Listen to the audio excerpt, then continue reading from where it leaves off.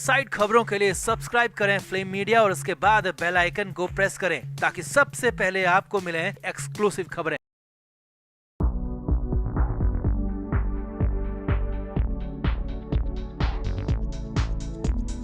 महाराष्ट्र से बड़ी खबर है। मुंबई में बहुत बड़ी हलचल मच गई है। महाबवाल शुरू हो चुका है। उद्धव ठाकरे की पार्टी में महाटूट का काउंटडाउन शुरू हो गया। अगले 12 घंटे में सब कुछ खत्म हो सकता है। जी हाँ, बहुत बड़ी खबर आपको बताने जा रहे हैं। बड़े बड़े जो दावे किए गए थे, 23 जनवरी का वो दिन आ गया है। 3 होटल बुक हो चुके हैं। अलीबाग में रिजॉर्ट तक पहुंच चुका है मामला और कुछ घंटों में वाकई में उद्धव ठाकरे के लिए सब कुछ खत्म हो जाएगा। क्यों कहा जा रहा है कि 23 जनवरी को उद्धव ठाकरे पर आ जाएगी कयामत? दिखाते हैं, बताते हैं आपको सब कुछ। आप भी इस वीडियो को शेयर करें, कमेंट बॉक्स में अपनी राय जरूर दें।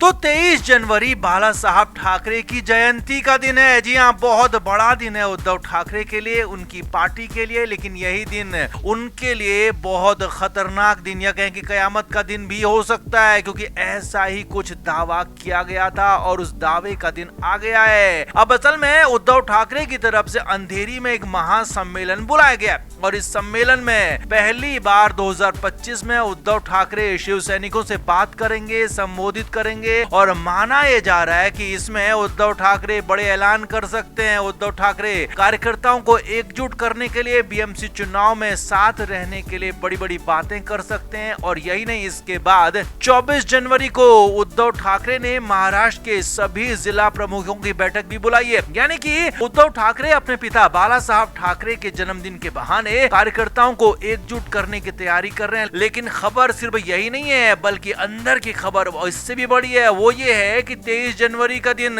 उद्धव ठाकरे की पार्टी को खत्म करने के लिए तय किया गया था। जी हाँ, उद्धव ठाकरे के साथ रह चुके और अब फिलहाल शिवसेना शिंदे गुट में शामिल राहुल शेवाले ने बहुत बड़ा फूट होने, बहुत बड़ा तोड़फोड़ होने की बात कही थी और उसके लिए 23 जनवरी का दिन ही उन्होंने बात कही थी। उन्होंने साफ साफ कहा था कि यूबीटी के यानी कि महाविकास अघाड़ी में शामिल कई कुछ नेता और साथ ही साथ उद्धव ठाकरे की पार्टी के कई सांसद और विधायक अपनी पार्टियां छोड़कर शिवसेना के शिंदे गुट में शामिल हो जाएंगे और इसके लिए 23 जनवरी का दिन तय किया गया है। जी हाँ, शिंदे गुट की तरफ से भी तय किया गया कि बाला साहब ठाकरे के जन्मदिन पर वो शिवसेना में ऐसे लोगों को लेंगे और इसमें 15 विधायक यूबीटी के। जी हाँ, बड़ी खबर आपको बता रहे हैं। राहुल शेवाले ने दावा किया कि 20 में से यूबीटी के 15 विधायक, कांग्रेस के 10 विधायक बहुत जल्द शिंदे गुट में शामिल हो सकते हैं, इसकी बात कही गई थी। और इसके लिए 12 घंटे का काउंटडाउन टाइमर तक शुरू हो गया। और इतना ही नहीं, न सिर्फ विधायक बल्कि सांसद भी हमारे संपर्क में, ये दावा राहुल शेवाले ने किया था, तो उसके लिए भी दिन नजदीक आ गया। 23 जनवरी आ चुकी है और अगले 12 घंटे का बिल्कुल अल्टीमेटम या कहें कि काउंटडाउन शुरू हो गया है। और इसके लिए बताया यहाँ तक जा रहा है कि मुंबई में 3 होटल बुक हो चुके हैं। जी हाँ, विधायकों के लिए, सांसदों के लिए जिन्हें रखा जाना है उनके लिए होटल तक बुक हो चुके हैं और कुछ करीबी लोगों के लिए अलीबाग में रिजॉर्ट तक बुक किया गया है। ऐसी तक खबरें आ रही है। मुंबई में महाबवाल मच चुका है, हंगामा मच चुका है। अगले 12 घंटे में सब कुछ तय हो जाएगा कि कौन किसकी तरफ है, उद्धव ठाकरे के साथ कौन है, ये तय हो जाएगा उनके सम्मेलन से। क्योंकि उनके सम्मेलन में जो जो नेता और अभिनेता या कहें कि कार्यकर्ता पहुंचेंगे वो तय होगा कि वो उद्धव ठाकरे के साथ है और जो नहीं पहुंचेंगे वो 12 घंटे के अंदर शिवसेना के शिंदे गुट में शामिल हो सकते हैं। तो ये भी साफ हो जाएगा। तो 12 घंटे का टाइमर शुरू हो चुका है। 12 घंटे में सब कुछ साफ हो जाएगा कि वाकई में उद्धव ठाकरे की पार्टी में महाटूट हो जाएगी या फिर राहुल शेवाले ने ऐसे ही बड़बोलेपन में बयान दे दिया। ये सब कुछ अगले 12 घंटे में साफ हो जाएगा। तो आप इस पर क्या मानते हैं? क्या उद्धव ठाकरे के लिए अब आगे के रास्ते बिल्कुल पथरीले हो चुके हैं, मुश्किल हो चुके हैं? आप क्या मानते हैं? कमेंट बॉक्स में जरूर बताएं। वीडियो को शेयर भी करें।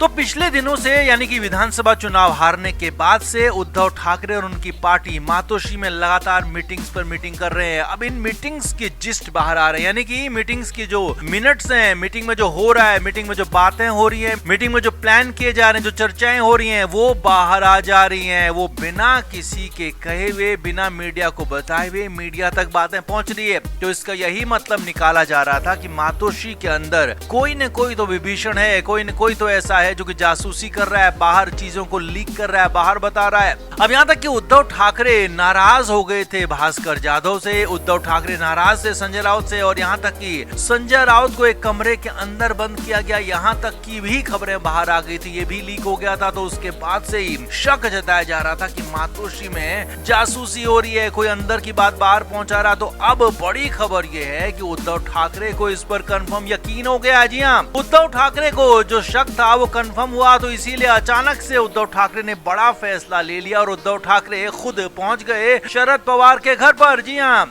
एक मीटिंग होनी है, बड़ी मीटिंग होनी थी, और एक इस मीटिंग का बहुत बड़े मायने थे, यानी कि महाराष्ट्र की राजनीति तय करने वाली ये मीटिंग होनी थी। और इस मीटिंग में उद्धव ठाकरे अकेले शरद पवार से बात करना चाहते थे। अब अक्सर उद्धव ठाकरे अपने घर मातोश्री में ही सभी से मिलते हैं और शरद पवार भी यहीं आते रहे हैं, लेकिन इस बार ऐसा नहीं हुआ। अचानक से उद्धव ठाकरे मातोश्री से उठकर शरद पवार के घर सिल्वर ओक पहुंच गए और अचानक ये बड़ा फैसला लिया, बड़ा कदम उठाया। तो संजय राउत भी हैरान हो गए, क्योंकि संजय राउत को पता ही नहीं था कि इस मीटिंग का मतलब क्या है। क्योंकि मीटिंग के बाद जब संजय राउत से पूछा गया कि क्या स्थानीय निकाय बीएमसी चुनाव को लेकर बातचीत हुई, तो संजय राउत क्लूलेस थे, यानी कि उन्हें कुछ भी नहीं पता था कि मीटिंग में क्या हुआ। और संजय राउत ने साफ साफ जो सामान्य बातें कही जाती हैं कि राजनीतिक मामलों पर चर्चा हुई। अब राजनेता लोग हैं तो राजनीतिक मामलों पर ही चर्चा होगी, ये तो साफ बात है, कोई भी जानता है। लेकिन संजय राउत कुछ भी कंफर्म बता नहीं पाए, क्योंकि उन्हें पता ही नहीं था, उन्हें बताया ही नहीं गया था। और यहाँ तक कि उद्धव ठाकरे ने अपने बेटे आदित्य ठाकरे तक को भी पूरा प्लान नहीं बताया था, पूरी बातें नहीं बताई थी। और इसीलिए अचानक से जब वो पहुंचे तो अब अंदर की खबर, सूत्रों की खबर ये है कि बीएमसी चुनाव को लेकर शरद पवार से उद्धव ठाकरे की बातचीत हुई है। उद्धव ठाकरे इस बार चुनाव में अकेले लड़ना चाहते हैं, लेकिन महाविकास अघाड़ी से अलग भी नहीं होना चाहते हैं। जी हाँ, इतनी जल्दी वो बीजेपी के साथ पाले में जाना नहीं चाहते हैं। जब तक कि वो एकनाथ शिंदे वहाँ पर मौजूद हैं, तो उद्धव ठाकरे बीजेपी के साथ जाने के बारे में सोच नहीं रहे हैं। तो इसीलिए उद्धव ठाकरे चाहते हैं कि कांग्रेस के साथ, शरद पवार के साथ उनके इक्वेशन खराब ना हो, महाविकास अघाड़ी में बने रहें और उसके बाद भी अकेले बीएमसी चुनाव लड़ें, क्योंकि ठाकरे की पार्टी को लगता है कि वो अकेले बीएमसी चुनाव में ज्यादा बेहतर कर सकते हैं। इसीलिए वो बताने और अपने एक तरह से मार्गदर्शन लेने शरद पवार के घर गए थे, और शरद पवार ने उनसे बातचीत की है और शरद पवार ने उन्हें अश्योर किया है कि आपको महाविकास अघाड़ी से अलग नहीं किया जाएगा। आप चाहें तो अकेले बीएमसी चुनाव लड़ सकते हैं, लेकिन महाविकास अघाड़ी एक साथ चुनाव लड़ता है तो ये ज्यादा फायदेमंद होगा।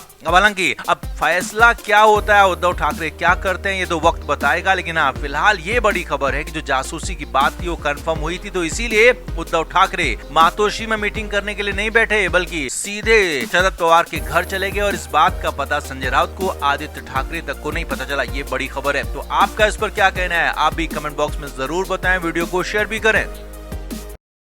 Flame media report.